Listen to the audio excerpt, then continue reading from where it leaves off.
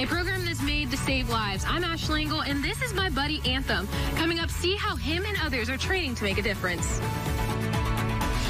Homeowners in the capital city could be paying more in property taxes soon. I'm Kendall Brandt in Northeast Tallahassee. How the city is looking at upping the millage rate and what it means for you.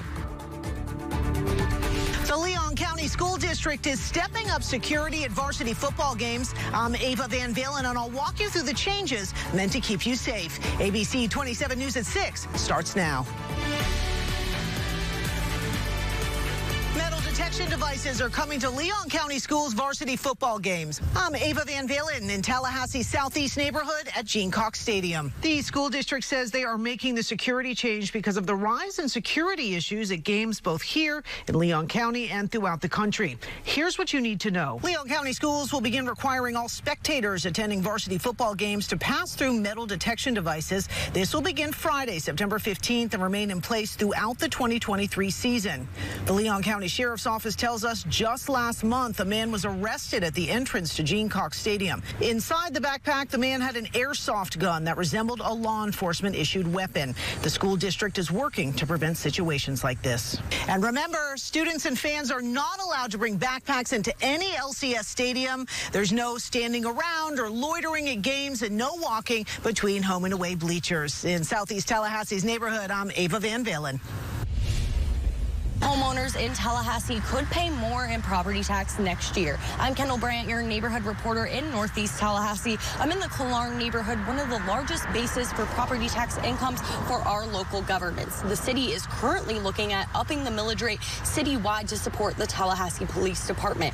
If that increase in the millage rate goes forward, the average homeowner here in Tallahassee could pay an extra $128 per year.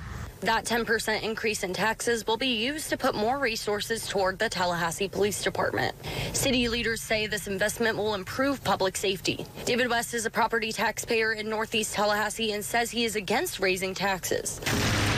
He says it is important to fund law enforcement, but says upping taxes is not the answer. While we may need to shift some money towards TPD because of the crime problems that we have, we are going to have more money coming in if we do nothing. The city is currently holding a hearing to hear from locals before they make a final decision tonight about the upping of the millage rate. In Northeast Tallahassee, Kendall Brandt, ABC 27.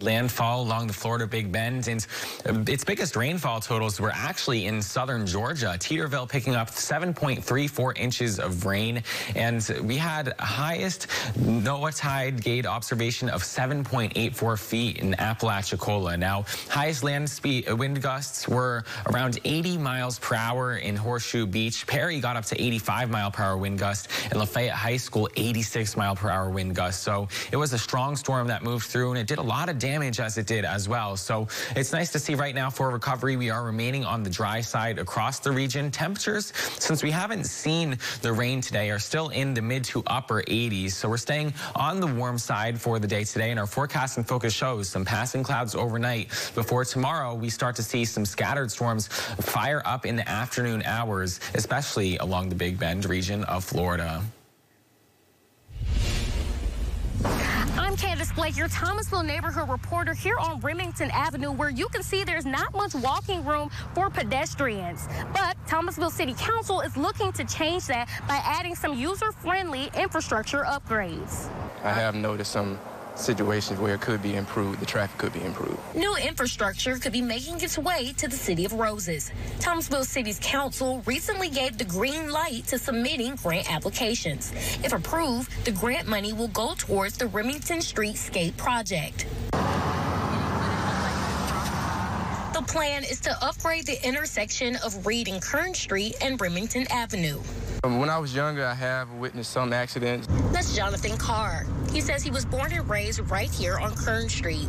Carr says that he used to walk to Thomasville High School less than a quarter mile away, despite having less than 2 feet wide of walking space. The new project could bring things like a roundabout, sidewalks, and stormwater upgrades to this part of town. Got so much water come down in here. Yeah.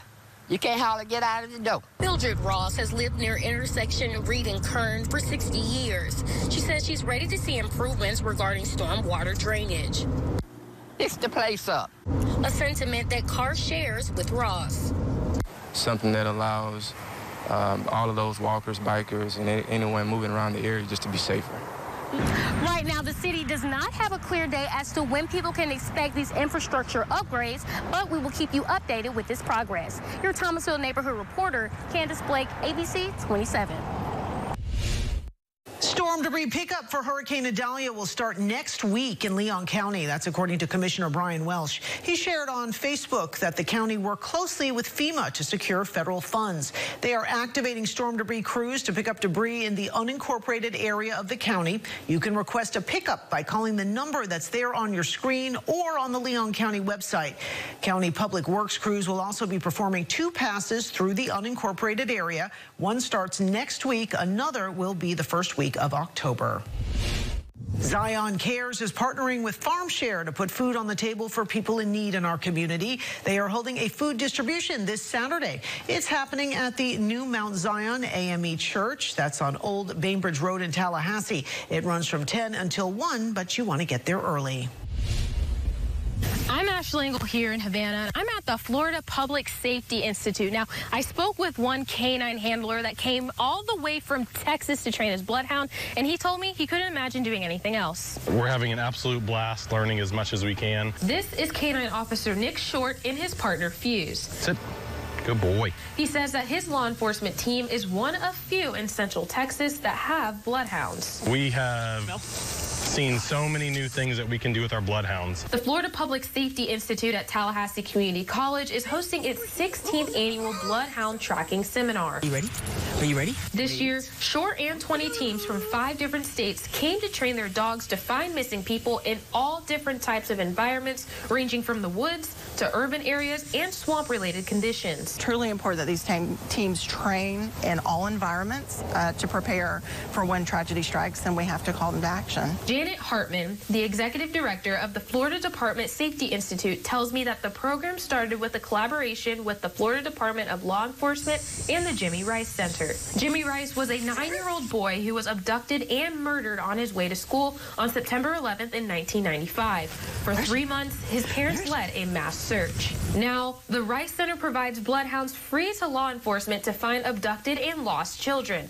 This year, 13 of the teams at the seminar are Jimmy Rice donated bloodhounds. Bloodhounds are known for finding people, and so they're truly important in not only missing children, which is what our focus was earlier in the week at the Missing Children's Day, but also in finding dementia patients, which has been a big initiative for us in the last year. Lead instructor David Lovell is here from Brevard County. He tells me that being able to see the dogs learn new skills is great to see, knowing that they will be able to make a difference in communities across the country. Seeing the development, you get to see the improvement from all the handlers, to see all the dogs, how they come up through the week, how much better they are at the end of the week, how much better the handlers are at the end of the week. At the end of all this, handlers like Short know that they will be able to save lives and bring people back together. It feels wonderful to reconnect those lost and missing people with their families. The program has been going on for 16 years, and they hope that participation continues to increase in order to make a difference when it comes to finding missing people. In Havana, I'm Ashley Engel, ABC 27. A new recommendation from the state on recently approved COVID-19 boosters. Ahead at 6, what the state Surgeon General said and why health officials disagree. To know weather, warning you first when the